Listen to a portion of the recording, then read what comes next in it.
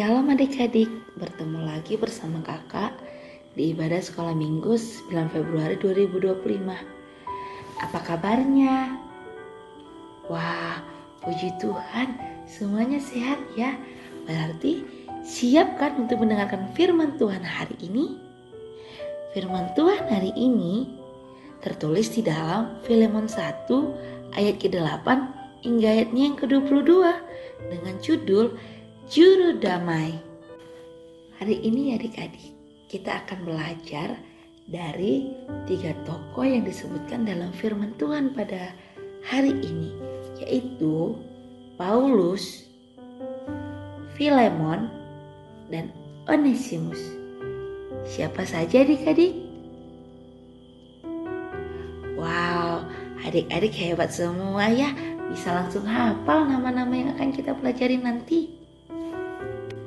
Jadi, kisah dari Filemon 1 ayat 8-22 ini menceritakan tentang seorang budak yang bernama Onesimus yang bekerja dengan tuannya yang bernama Filemon. Suatu hari, Onesimus melakukan kesalahan dengan mencuri harta tuannya, yaitu Filemon. Karena dia sudah mencuri, ia menjadi takut adik-adik. Kemudian ia pergi lari dari rumah Filemon.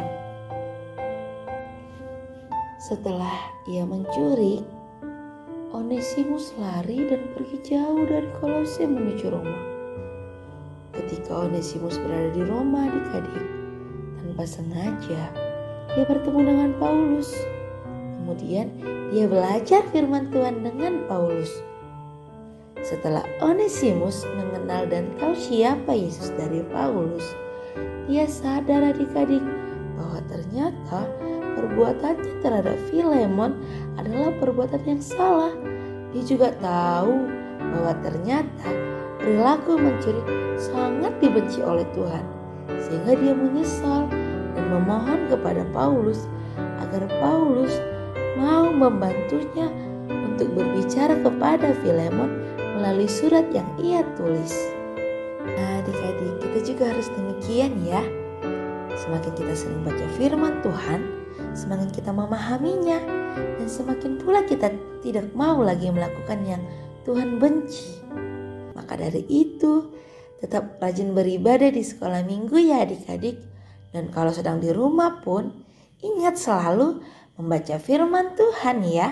Atau mintalah orang tua adik-adik untuk membacakannya sebelum adik-adik tertidur. Kita lanjutkan lagi ya adik-adik cerita tentang Paulus, Filemon, dan Onesimus. Tahu gak adik-adik? Rasul Paulus ternyata pada saat itu sedang dipenjara loh karena imannya kepada Tuhan. Tetapi Rasul Paulus tetap bisa menulis surat-surat. Hebat ya Paulus adik-adik. Walaupun dia di dalam penjara, di dalam kesunyian, tapi dia tetap mau menulis berita keselamatan untuk orang-orang. Kemudian Paulus akhirnya menuliskan surat kepada Filemon yang berisikan bujukan agar Filemon mau menerima kembali Onesimus. Tebak adik-adik, kira-kira Filemon mau gak ya menerima Onesimus kembali? Dia sangat berharap agar Onesimus dan Filemon bisa berdamai kembali. Sehingga Paulus berkata dalam suratnya kepada Filemon, katanya, Filemon, saudaraku, aku mengasihimu dalam Yesus. Aku tahu bahwa Onesimus telah mencuri hartamu. Dan sekarang dia telah berubah. Maukah engkau memaafkannya? Aku tahu bahwa kamu adalah orang yang baik dan juga pemaaf. Kemudian Paulus berkata lagi, Onesimus hambamu itu, ia telah bertobat dan telah banyak belajar firman Tuhan. Maka dari itu, aku meminta kepadamu agar engkau menerimanya kembali. Jika nanti kalian berteman lagi, ia pasti akan ikut melayani bersamamu. Jadikanlah dia saudaramu, bukan sebagai hambamu lagi, karena kalian berdua telah menerima Yesus, dan untuk hartamu yang telah Dia ambil, aku akan menggantikannya kepadamu.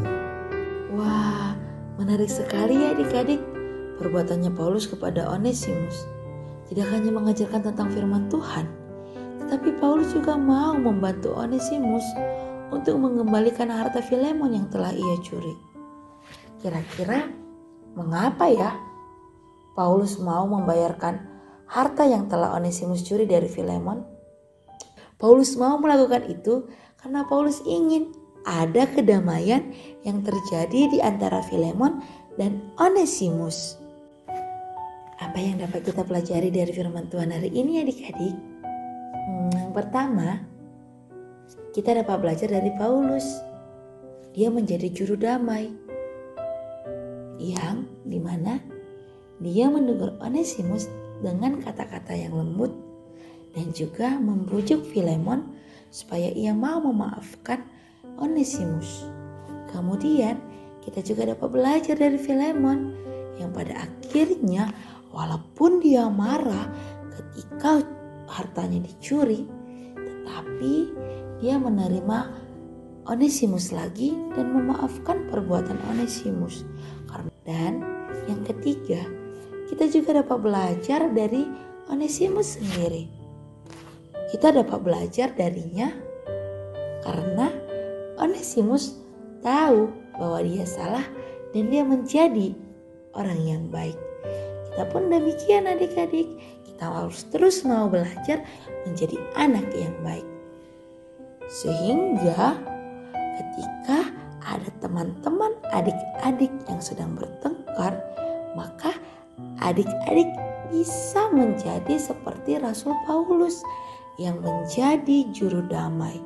Atau ketika adik-adik bertengkar dengan teman-teman adik-adik, maka adik-adik pun bisa memaafkan mereka seperti Filemon yang memaafkan Onesimus.